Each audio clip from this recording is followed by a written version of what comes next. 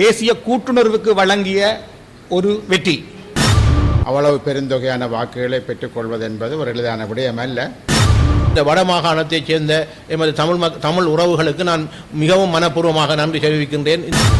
இது ஓர் உதாரணம். நடந்து முடிந்த 2024 ஆண்டு ஜனாதிபதி தேர்தலில் தமிழ் பொது கட்டமைப்பும் சிவில் அமைப்புகளும் எடுத்த தீர்மானம் பாரிய வெற்றியை ஈட்டித் தந்துள்ளதாக கூறுகிறார் பத்தி எழுத்தாளரும் அரசியல் ஆய்வாளருமான நிலாந்தன். ஒரு அரசற்ற தரப்பாகிய விடுதலைக்காக போராடும் மக்கள் ஒரு அரசாங்கம் அறிவிக்கும் தேர்தல் களத்தை எப்படி புத்திசாலித்தனமாக தீர்க்க தரிசனமாக கையாள முடியும் என்பதற்கு இது ஒரு உதாரணம். இந்த உதாரணத்தின் மூலம் தமிழ் தேர்தல் வரலாற்றில் ஆகக்கூடிய வாக்குகளை பெற்ற ஒருவராக திரு அரியநேத்திரன் அவர்கள் எழுச்சி பெற்றிருக்கிறார். அவர் வடக்கையும் கிழக்கையும் உணர்வுபூர்வமாக இணைத்திருக்கிறார். தமிழ் பொதுக்கட்டமைப்பு என்பது ஜூலை மாதம் 29ஆம் தேதி உத்தியோகபூர்வமாக அறிவிக்கப்பட்டது. அதிலிருந்து கிட்டத்தட்ட 50 நாட்கள் தான் நாங்கள் உழைத்தோம். 50 நாட்கள் உழைத்து ஒரு சங்கு சின்னத்தை தமிழ் மக்கள் மத்தியில் ஸ்தாபித்திருக்கிறோம். 50 நாட்கள் உழைப்பு, இது ஒரு வெற்றி. இது தமிழ் மக்கள் தேசிய கூட்டுணர்வுக்கு வழங்கிய ஒரு வெற்றி. ஒன்றாக நின்றால் தமிழ் மக்கள் வெற்றியை தருவார்கள் என்பதற்கு இது ஓர் உதாரணம். தமிழ் பொது வேட்பாளர் எனும் தமிழ் மக்களின் அடையாள சின்னத்திற்கு புலம்பெயர் தேசத்தில் வாழும் உறவுகளும் முன்னாள் போராளிகளும் ஆற்றிய சேவை வரலாற்றில் பதியப்பட வேண்டியது. இந்த வெற்றிக்காக உழைத்த மக்கள் அமைப்புகள், கட்சிகள், மாணவ அமைப்புகள், தொழில்சார் கூட்டுறவு அமைப்புகள், தொழில்சார் அமைப்புகள், ஊடகவியலாளர்கள் முதலாய் அனைவருக்கும் நாங்கள் தமிழ் மக்கள் பொதுச்சபையின் சார்பாக நன்றி கூறுகிறோம்.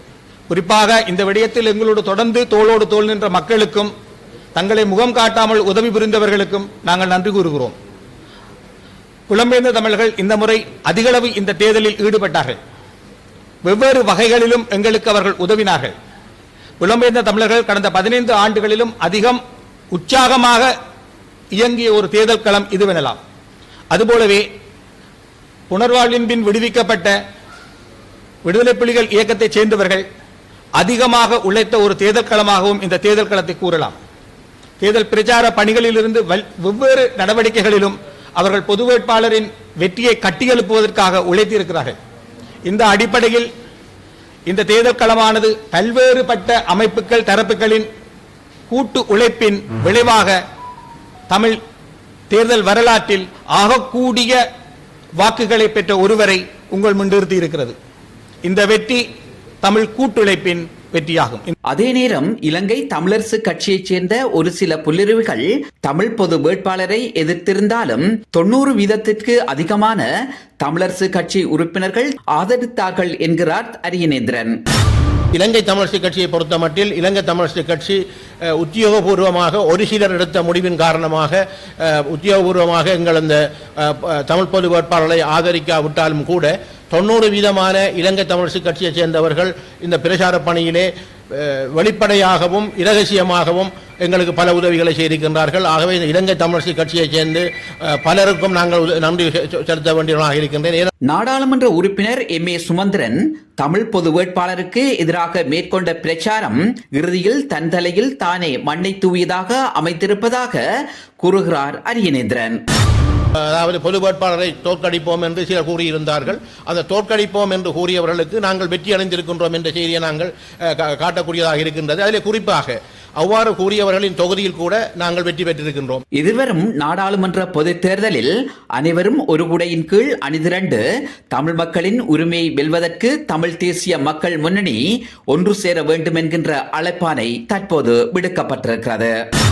எதிர்காலத்தில் தமிழ் மக்களது உரிமைகளை பெற்றுக்கொள்ள, தமிழ் மக்களினுடைய அரசியல் நலன்களை காப்பாற்றிக் கொள்ள இவே ஒரு மிக மிக முக்கியமான தேர்தல் என்று நாங்கள் நம்புகின்றோம். தமிழ் தேசிய மக்கள் முன்னணியாக இருக்கக்கூடிய கட்சியும் கூட ஒன்றிணைந்து இந்த கட்சியின் ஊடாக ஒரு குடையின் கீழ் வருவோமாக இருந்தால் நிச்சயமாக நாங்கள் பூரணமான ஒரு பலத்தை பெறலாம். அவர்களுக்கும் நாங்கள் நிச்சயமாக அழைப்பு விடுகின்றோம். என்னவென்றால், கடந்த காலங்களில் எல்லோரும் ஒரு கொள்கையின் அடிப்படையில் தான், எல்லோரும் விடுதலைக்காகத்தான் எல்லா கட்சிகளும் உழைத்துக் கொண்டிருக்கின்றது. ஒவ்வொரு பாதையும் ஒவ்வொரு விடயமாக இருந்தாலும் அவர்களின் நோக்கம் ஒன்றாகத்தான் இருந்து கொண்டிருக்கின்றது. ஆகவே எந்த நோக்கங்களாக இருந்தாலும் எதிர்வருகின்ற பொது தேர்தலில் ஒன்றிணைந்து அந்த கட்சி தலைவராக இருக்கக்கூடியவர்கள் எல்லாரும் இணைந்து ஒரு குடையின் கீழ் நாங்கள் பதவிக்காக அல்ல, எங்கள் பற்றுக்காக அல்லது கொள்கைக்காக என்ற ரீதியிலே எல்லோரும் வர வேண்டும் என்ற ஒரு அழைப்பையும் நான் இந்த நேரத்திலே எல்லோருக்கும் நாங்கள் விடுக்க இருக்கின்றோம். எனவே தமிழ் தேசிய மக்கள் முன்னணியை பொறுத்தவரை அவர்கள் எப்போதும் தனித்து செயற்பட வேண்டும் என நினைப்பவர்கள். இந்த கூட்டணியில் தமிழ் தேசிய மக்கள் முன்னணி இணைமென நினைப்பதோ அவர்களுக்கு அழைப்பானை விடுவதாலோ எவ்வித பலாபலன்களும் கிடைக்கப் போவதில்லை என்பதுதான் நிதர்சனமான உண்மையாகும்.